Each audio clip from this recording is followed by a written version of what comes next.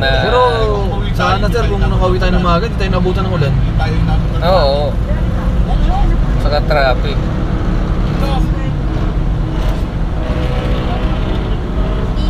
Tapos sa akin magpapasok sa amin. So tayo mga truck, nakauwi mo ako sa 7. Well, si Remy. Baha kang ginawa na sa amin. Oo nga sir, may na lang yun, nabayo mo nga doon. Kaya ang traffic pala. Buti na lang pala, di ako dumaan doon. Oo.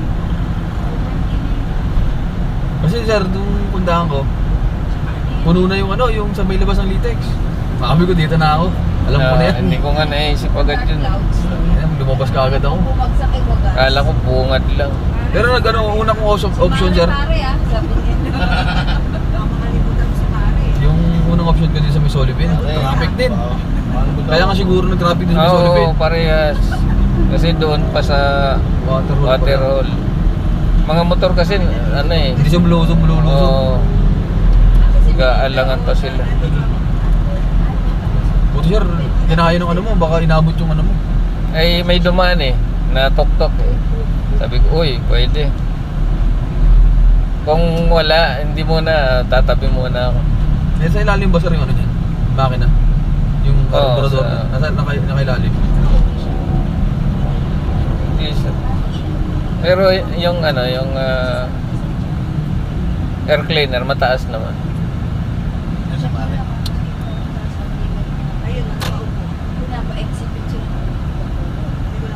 Na-change mo na sir? 2 beses na. Nung bago lang ito, 1 week before. Yung pero sinisi ako ng technician. Oo. Kasi di ba pumunta ako ng Marilake. Oo.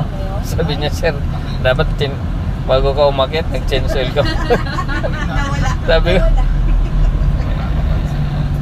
ang nasa isip ko, pagkagaling ko doon, saka change oil. Hindi, sabi niya bago ka... Bakit? Anong dahilan niya? Kasi tinanong niya yung yung langis ko. Mga lapot na? Hindi na, wala nang lapot. Parang tubig na daw. Kaya sabi niya, delikado na to. Buti nga, sabi niya, dinala mo na kaagad. Kailangan talaga sir, sundin mo rin pala yung sundin mo din.